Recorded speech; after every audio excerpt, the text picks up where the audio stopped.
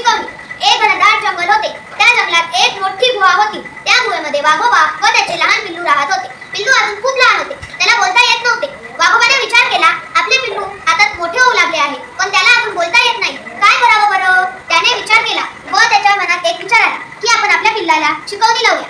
दुसऱ्या दिवशी तो जंगलात शिकवणीसाठी एखादा चांगला प्राणी शोधायला गेला।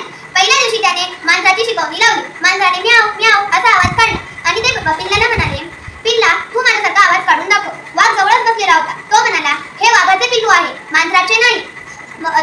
तू याला असे का शिकवतोस? त्याने मांजराला तिथून निघून जायला सांगितले। दुसऱ्या दिवशी वाघाने गाढवाची निवडणूक केली। गाढवाने शिकवायला सुरुवात केली। गाढव किंकाळायला लागले।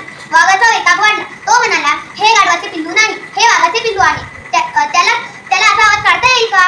त्याने गाढव दादाची हकालपट्टी केली। तिसऱ्या दिवशी त्याने बैलाची नेमणूक केली। बैलाने हंबरायला सुरुवात केली। वाघोबाने त्याला पण नापास केले व त्याला तिथून निघून जायला सांगितले। वाघोबाला फार चिंता होत होती, आपले पिल्लू आता खूप मोठे होत आहे, पण त्याला बोलता येत नाही। असेच खूप दिवस सुटून गेले। एके दिवशी पिल्लू जंगलात एकटेच फिरत होते।